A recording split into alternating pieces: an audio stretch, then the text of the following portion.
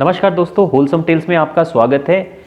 और हम लोग इस हफ्ते बात कर रहे हैं हमारे एंशिएंट ग्रेन्स की, हमारे पुरातन अनाजों की। और इसी सीरीज़ में आज जो हम आपके लिए वीडियो लेकर आए हैं, इसके अंदर हम लोग बात करेंगे पर्ल मिलेट, जी हाँ, बाजरे के बारे में।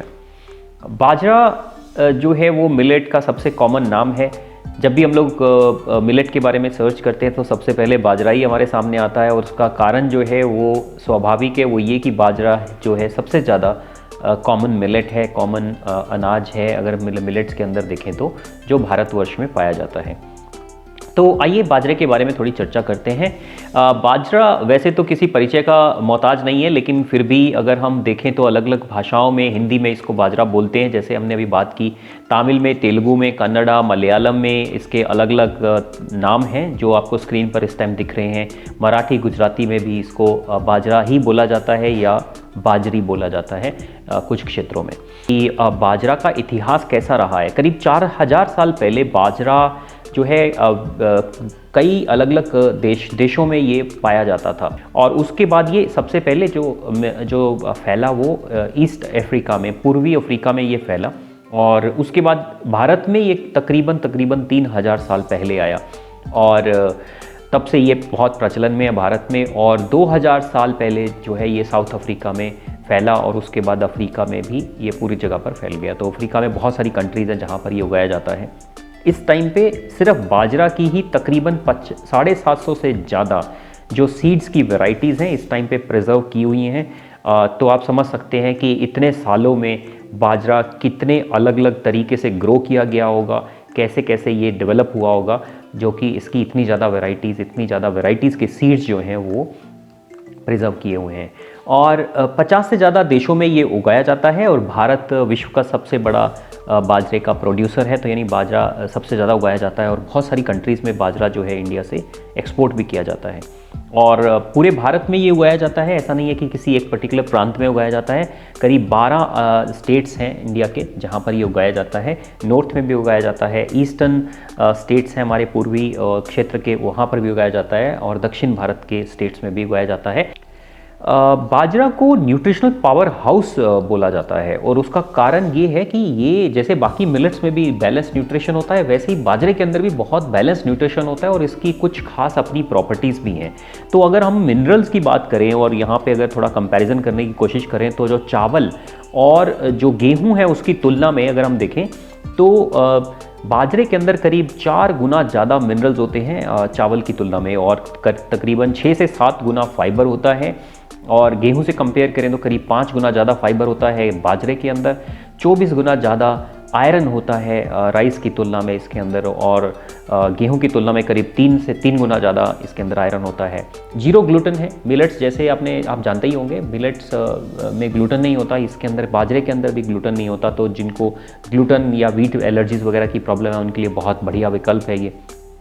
बच्चों के लिए बहुत बड़ा अच्छा फूड माना गया है। तो जो छोटे बच्चे होते हैं जिनको हम अनाज वगैरह इंट्रोड्यूस करते हैं तो उनको आप दें, बड़े बच्चों को भी आप दे सकते हैं। तो ये बहुत अच्छा फूड माना गया है बच्चों के लिए। कैल्शियम बहुत अच्छा होता है इसके अंदर, बहुत ज़्यादा कैल्शियम होता है। तो जिनको बोन रिलेटेड प्रॉब्लम है उनके लिए बहुत अच्छा है ये खाना। और इन्हीं सब प्रॉपर्टीज़ को अगर हम देखें तो एक अच्छा बैलेंस्ड आपको एक ग्रेन मिल जाता है जिसको आप सर्दी के सीज़न में खाएं तो और आपको मज़ा आएगा। और ये सही मायने में एक पावर हाउस है अपने आप में। बाजरे की मेडिसिनल प्रॉपर्टीज़ बहुत ज़्यादा हैं। जैसा कि आपने देखा, बैलेंस न्यूट्रिशन प्रोफाइल तो है ही, जैसे हमने 1-2 चीज़ों के बारे में चर्चा भी की, लेकिन इसके मेडिसिनल प्रॉपर्टीज़ बहुत ज़्यादा हैं इसकी, जैसे कि बाकी मिलेट्स की भी होती हैं। इसकी खास प्रॉपर्टीज़ की अगर हम लोग बात करें तो इसमें ये होमोग्लोबिन बूस्टर माना गया। एंटी कैंसरस प्रॉपर्टीज़ होती हैं इसके अंदर। डायबिटीज़ और हार्ट फ्रेंडली है ये बाजरा खाना, तो क्योंकि इसका लो ग्लाइसेमिक इंडेक्स होता है। और ये कोलेस्ट्रॉल वगैरह में भी मदद करता है, अच्छे कोलेस्ट्रॉल को बढ़ाने में मदद करता है। बोन डेवलपमेंट हमने पहले ऑलरेडी बात की इस बारे में। तो जिनको बोन्स वगैरह की प्रॉब्लम है उनके लिए बहुत फ़ायदेमंद है ये, क्योंकि इसके अंदर फाइबर होता है, अच्छा फाइबर होता है। तो स्टमक प्रॉब्लम वगैरह, कॉन्स्टिपेशन वगैरह प्रॉब्लम्स के लिए भी बहुत मददगार है ये। रेस्पिरेटरी प्रॉब्लम्स रहती हैं उनके लिए भी बहुत अच्छा है ये खाना। फाइबर होता है तो वेट लॉस के अंदर भी बहुत सहायक रहता है। ये गॉल ब्लैडर स्टोन्स वगैरह हैं, एलर्जीज जैसा हमने पहले भी बात की, एलर्जीज एलर्जिक प्रॉब्लम्स हैं उसके अंदर, इसके अंदर एंटी एलर्जिक प्रॉपर्टीज़ हैं। और अगर आप इसको खिचड़ी या किसी और रूप में अगर खाते हैं तो इसके अंदर आपको प्रोबायोटिक जो है वो भी मिल जाते हैं। तो आप देख रहे होंगे इसमें एक बैलेंस प्रोफाइल, न्यूट्रिशनल प्रोफाइल तो है ही, साथ में इसके अंदर मेडिसिनल प्रॉपर्टीज़ जो हैं वो भी बहुत अलग अलग तरह की भरी हुई हैं।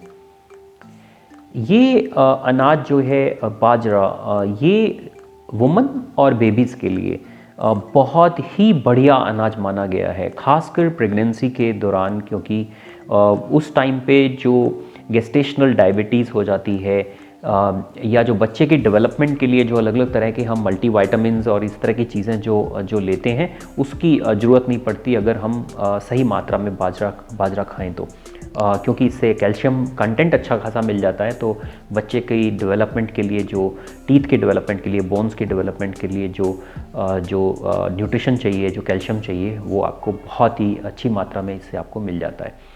स्ट्रेस बस्टर बहुत अच्छा माना गया है, तो खासकर प्रेगनेंसी के टाइम पे जो मूड स्विंग्स हैं या जो स्ट्रेस ज़्यादा हो जाती है तो उसके अंदर ये बहुत ज़्यादा हेल्पफुल रहता है, क्योंकि इसके अंदर अमाइनो एसिड्स जो हैं वो बहुत अच्छी मात्रा में पाए जाते हैं।